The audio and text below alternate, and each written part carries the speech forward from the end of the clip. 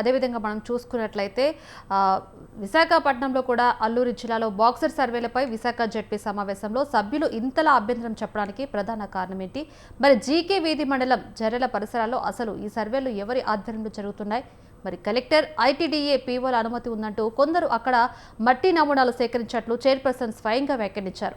మరి దీని వెనుక ఉన్న ప్రైవేట్ వ్యక్తులు లేదా సంస్థలు ఎవరు అనే దానిపై ఏమైనా సమాచారం ఉందనే సంబంధించి లైవ్ లో మనకి సూర్యప్రకాష్ అందిస్తారు. సూర్యప్రకాష్, లావణ్య, ఏదైతే ఉమ్మడి విశాఖ జిల్లాలో బాక్సైట్ కానీ అలానే గ్రావెల్ తవ్వకాల పైన అయితే పూర్తిగా అయితే ఎప్పటికప్పుడు అయితే నిరసన కార్యక్రమాలు చేపడుతున్నా కూడా వాటి అనుమతులు అలానే ప్రైవేట్ సంస్థలకు అధికారులు అయితే కొమ్ముకొస్తున్నారని అయితే ప్రధానంగా అయితే చెప్పుకున్న ఆరోపణలు అయితే పలుసార్లు అయితే వస్తున్నాయి. ఏదైతే ప్రస్తుతం అల్లూరు జిల్లా పాడేరు నియోజకవర్గానికి సంబంధించి జీమాడుగుల ప్రాంతంలో జరిపాతుల ప్రాలం అనేది ఏదైతే గ్రామం ఉంటుందో ఆ గ్రామం పరిసర ప్రాంతాలు మొత్తం కూడా ఈ యొక్క సర్వే బాక్సైట్ తవ్వకాలకు అనుమతులు ఇవ్వడం పైన అయితే అక్కడ గ్రామస్తులు దాదాపు కొన్ని నెలలుగా అయితే ఆ ప్రాంతంలో అయితే దాదాపు ఎక్కడికక్కడ వాళ్ళంతా కూడా నిరసన కార్యక్రమాలు చేపట్టి ఎవరైతే సర్వేకి వస్తున్నారో వాళ్ళని కూడా అడ్డుకున్న పరిస్థితి ఉంది. దానికి సంబంధించి జిల్లా కలెక్టర్ సైతం కూడా ఆ ప్రాంతానికి వచ్చి సద్దమణిగే విధంగా అయితే తీర్చిదిద్దే ప్రయత్నం అయితే చేస్తారు. కానీ ఏదైతే గత 2 రోజుల క్రితం జడ్పీ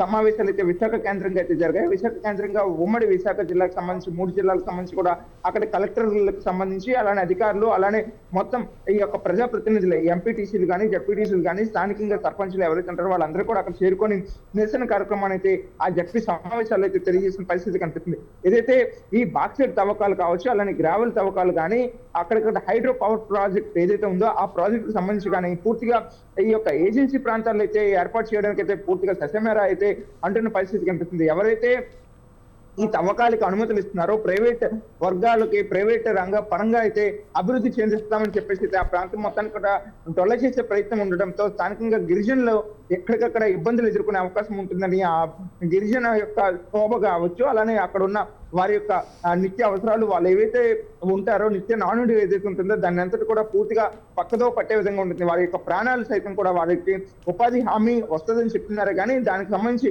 వారి యొక్క జీవన విధానం పూర్తిగా అయితే భ్రష్టు పట్టే విధంగా అయిపోతుందని పూర్తిగా అయితే గిరిజన గ్రామస్తులు కావచ్చు అలానే గిరిజన నాయకులు అయితే ఆరోపిస్తున్న పరిస్థితి కనిపిస్తుంది.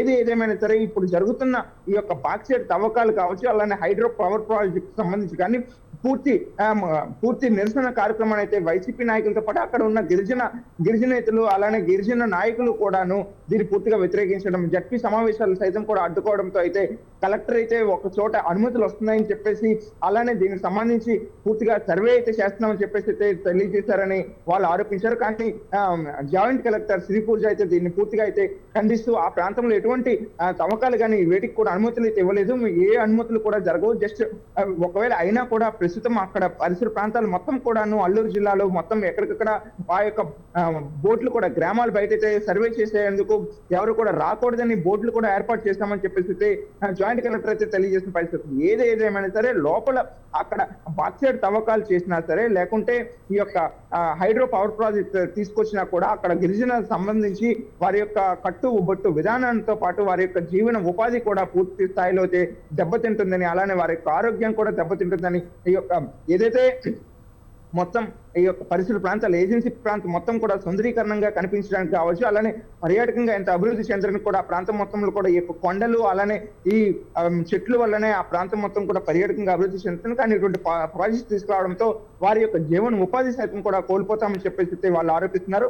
దీనిపైన సమీక్ష సమావేశం నిర్వహిస్తామని అలానే గ్రామ సభలు నిర్వహించిన తర్వాతే దీనిపైన ఎటువంటి చర్యలనే తీసుకుంటామనే విషయాన్ని అయితే జాయింట్ కలెక్టర్ అయితే ఆ రోజు జడ్పీటీసీ సమావేశాలు సైతంలో అయితే ఆవిడ తెలియజేయడం జరిగింది. కానీ ఎక్కడికి ఏం జరిగినా సరే అసలు అక్కడ బాక్సైట్ తవ్వకాలతో పాటు బాక్సైట్ తవ్వకాలు 2016 సంవత్సరంలోనే అనుమతులు ఇస్తే వాటన్నింటిని కూడా అడ్డుకునే ప్రయత్నాన్ని కూడా దాదాపు వేలాది మంది గిరిజనులంతా కూడా దాన్ని అడ్డుకునే ప్రయత్నం అయితే చేస్తారు. అలానే తర్వాత వచ్చిన వైసీపీ ప్రభుత్వంలో కూడా మళ్ళీ యొక్క బాక్సైట్ తవ్వకాలు జీవో నెంబర్ 3 తీసుకొచ్చి అప్పుడు కూడా దాన్ని ముందుకు తీసుకెళ్లే ప్రయత్నం అయితే చేశారు. అప్పుడు కూడా వాళ్ళని అడ్డుకోవడమే జరిగింది.